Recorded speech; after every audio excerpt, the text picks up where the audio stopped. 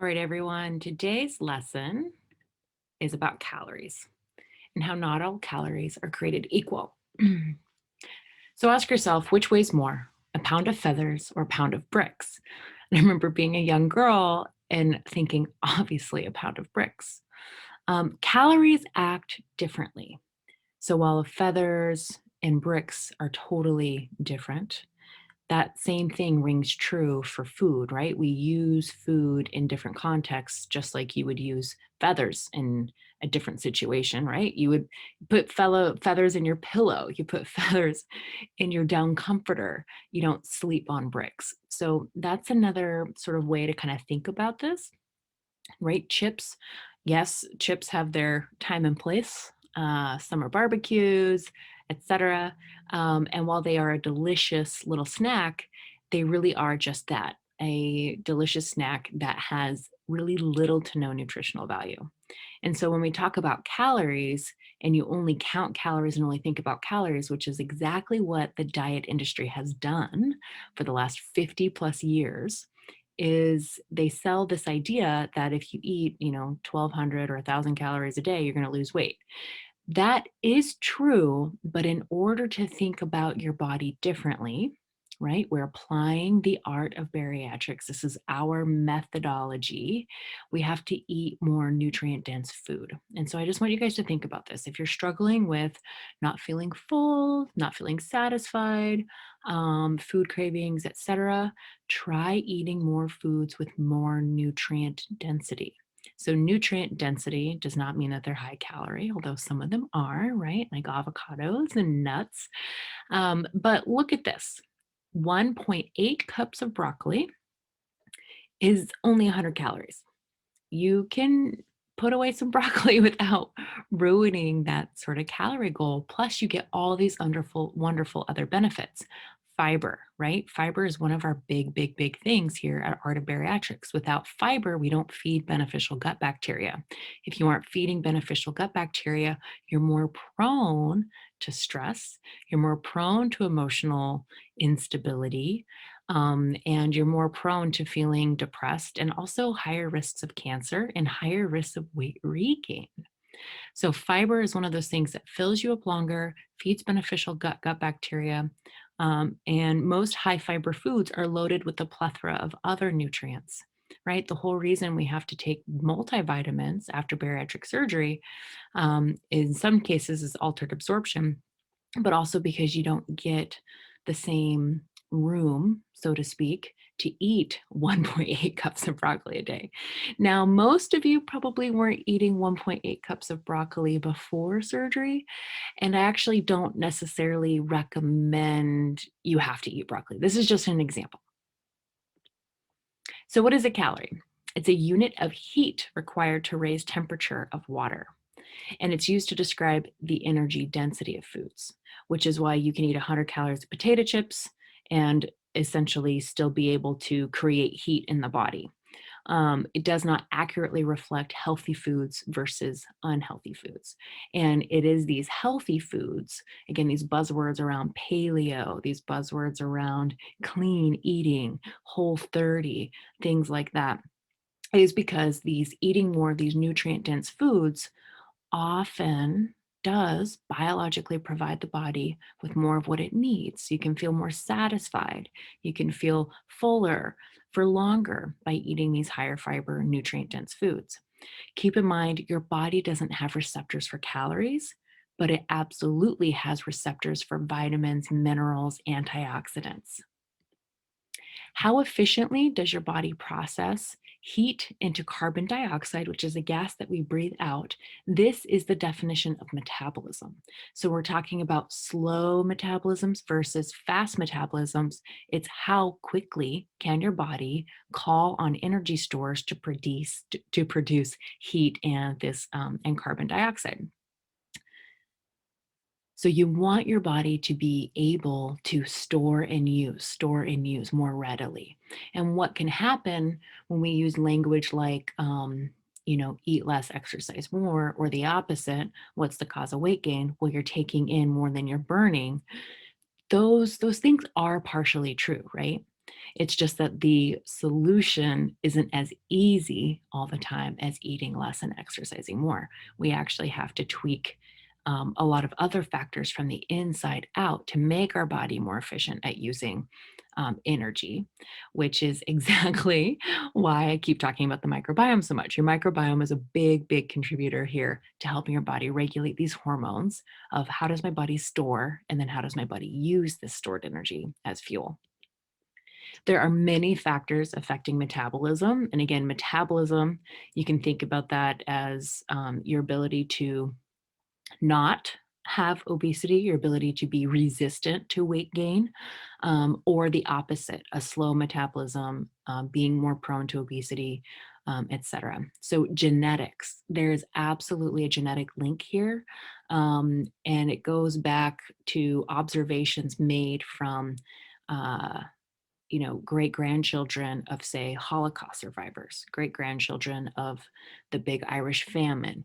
And so when the body can be shocked into this like caloric restriction state, which can slow your metabolism way down, inherently then their children and their great grandchildren are then affected with genes that create a scenario where your evolution has created genetic patterns where you gain weight more easily because again a couple generations ago you had little to no food, and so it's a function of survival.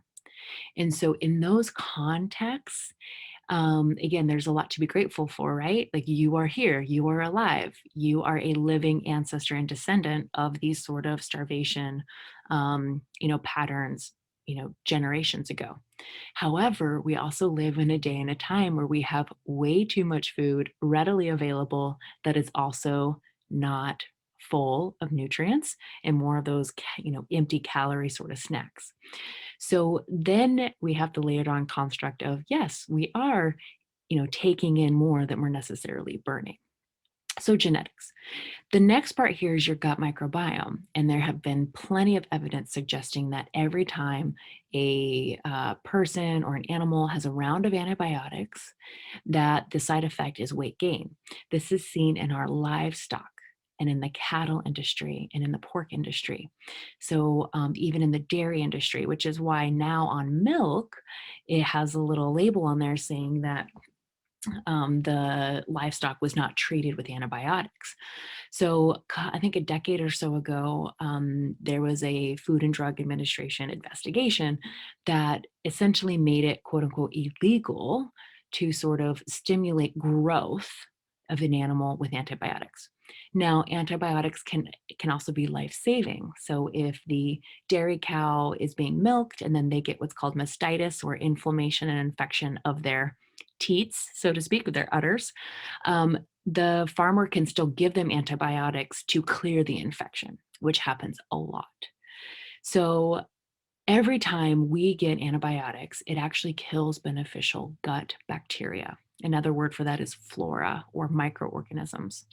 When we don't have as healthy of populations of bacteria, what can happen is it also alters our metabolism. We're more prone to diabetes. We're more prone to sleep apnea. We're more prone to weight gain. Just like the animals gain weight when they're on antibiotics, it affects growth hormone. It's very, very, very fascinating. I can nerd out on this concept over and over and over again. The basic takeaways here are that what lives inside of you is incredibly important for your health.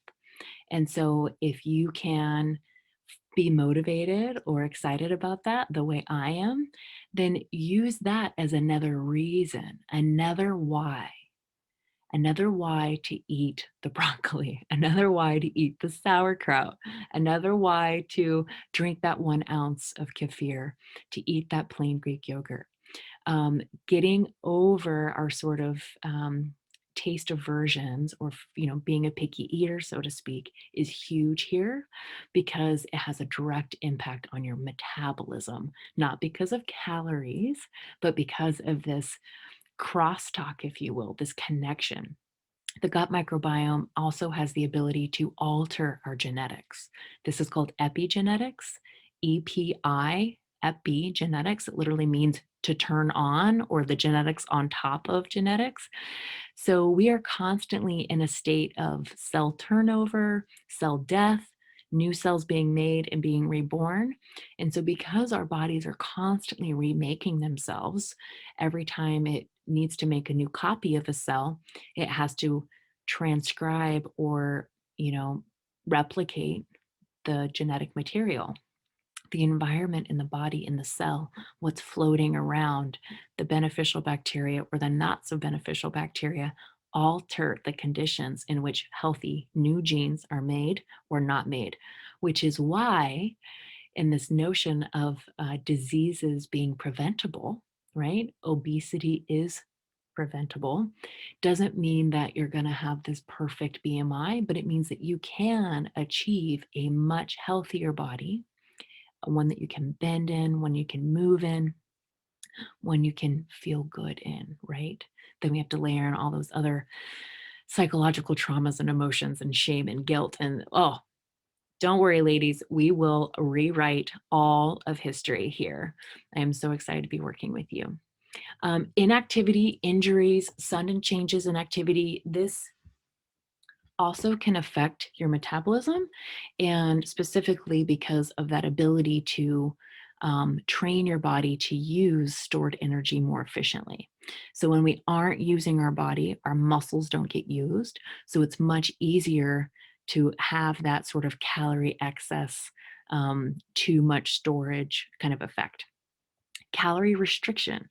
So this is the concept of yo-yo dieting. And every time you over restrict yourself, what happens is over time, it usually takes about 12 weeks to 6 months, but your metabolism, your calorie burning rate also slows down to match it.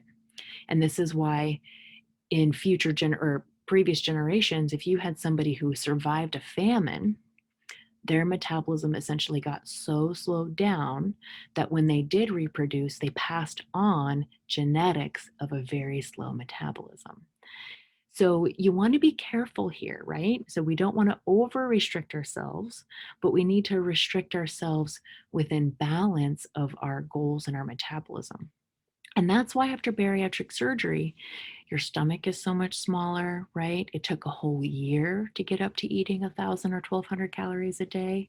And really, that 1,000 to 1,200 is kind of your lifelong metabolic potential.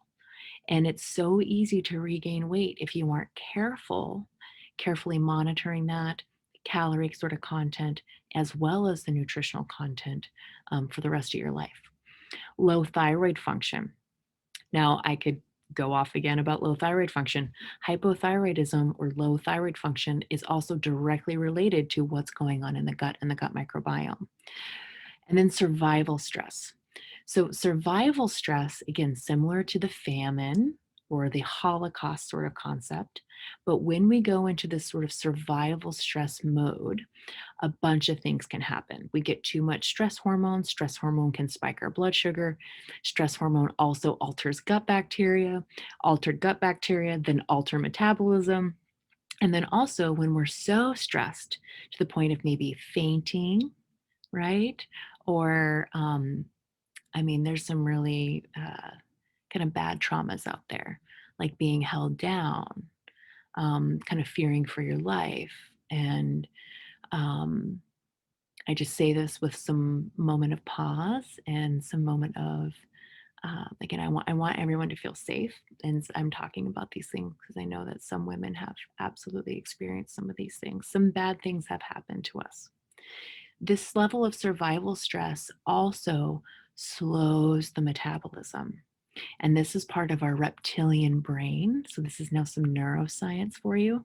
But our reptilian brain plays dead. Our reptilian brain, or reptiles, are cold blooded. They don't necessarily have this need to eat and eat and eat to keep their body warm. They decide to bask in the sun. They maybe eat once a month or whatever, right? Snakes and things. So we actually have remnants of that based on our biology and our evolutionary history. And when we get peaked to that stress level, It can also alter metabolism for a very long time. That is a stored trauma response. So, how are old habits helping or hindering your metabolism? These are just some very common things that we are working on in this program, working on it with the meal plan, working on it in our coaching programs, working on it in our one on one sessions in our Facebook group, right? So, this is why you're here. We are here to rewrite some of these narratives and to kind of shift the perception. We want you to reflect on, are you a picky eater? Are you saying no based off of old experiences before you've even had an opportunity to really try them again? And can Bonnie and I help you reframe how you try them? Please stay curious. This curiosity to try new things is absolutely essential.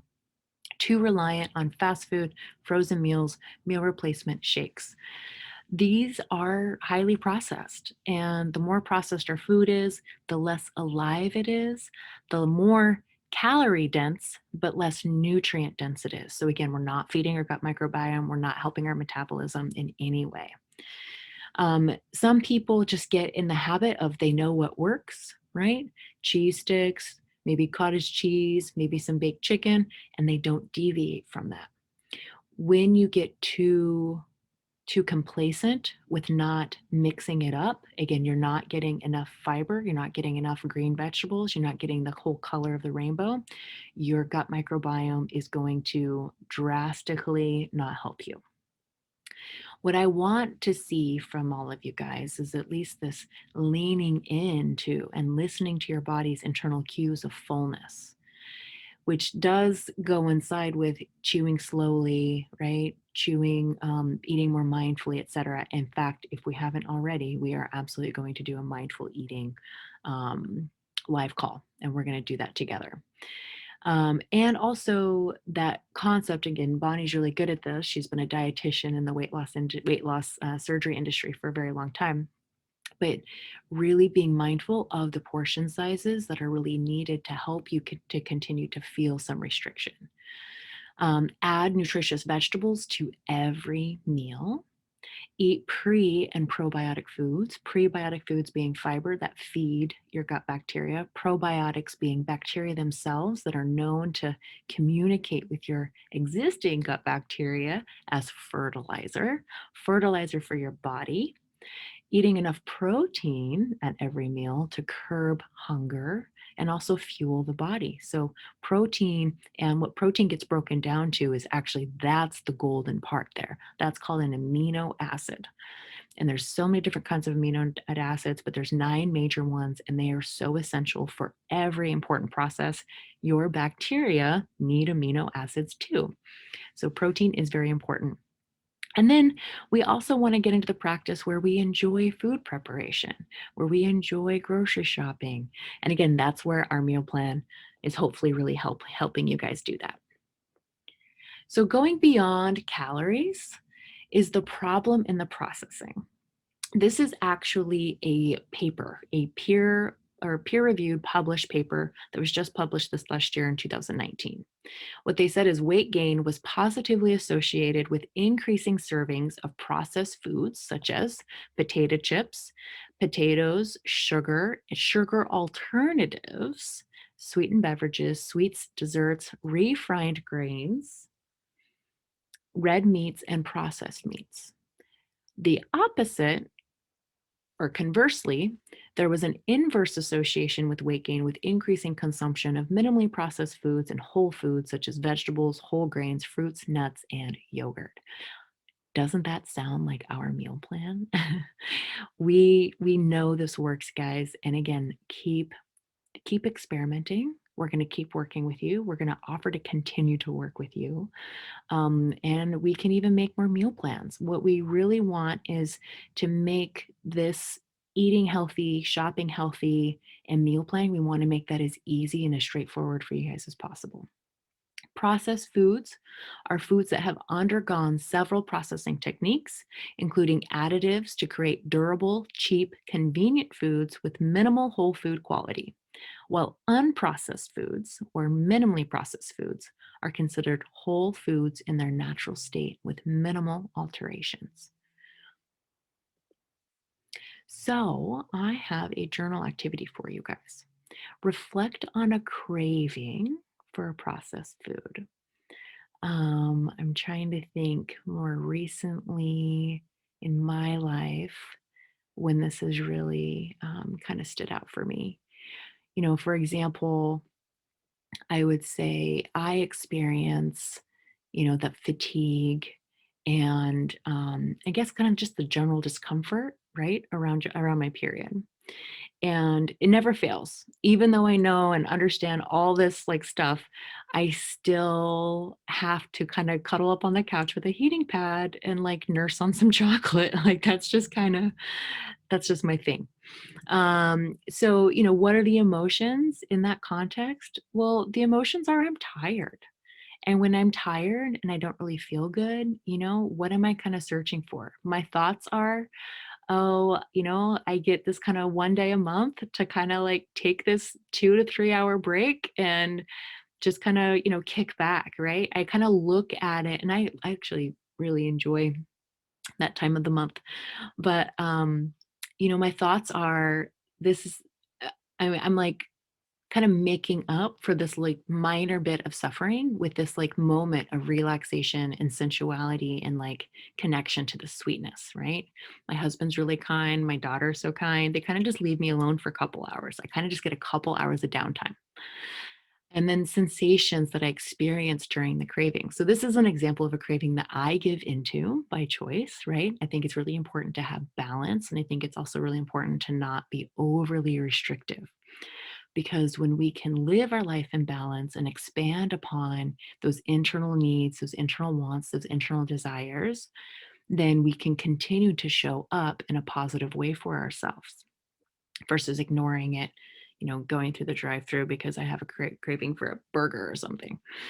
So I may be overgeneralizing here. I really want this to be your experience, and I highly encourage you to share in our group, right? We can talk about these cravings for salty, cravings for crunchy, cravings for sweet, cravings based on a nostalgic memory. Oh my gosh, I grew up eating Kraft macaroni and cheese. I grew up eating all the processed food. And yeah, it's funny. It still holds this like nostalgic kind of, thing for me. And, I wouldn't say I necessarily crave it nowadays, but, every once in a while, I'll go for it. I don't know. It's kind of funny. So just reflect on that because our body gives you clues to what it needs, our thoughts that we create these internal narratives around, and then there's always an emotional component. And as women, oh, we have such wonderful access to a full breadth of emotions. I just want to end on a quote. Good nutrition will prevent 95% of all disease. And that's a quote by Linus Pauling. And right here in Corvallis, Oregon, this is home to the Linus Pauling Institute. We are surrounded by the latest and greatest PhD research in and around all of, well, broccoli. There's a big broccoli research program going on here. Broccoli sprouts. If we haven't mentioned broccoli sprouts yet, exquisite. One broccoli seed, one little sprout contains all of the antioxidant benefit of an entire broccoli plant. And also, what I love about that is sprouts are incredibly tiny, which means all of my bariatric patients can have a tablespoon or two and get all the antioxidants they need without taking up too much room in their pouch. Anyway, I hope you guys have a wonderful day.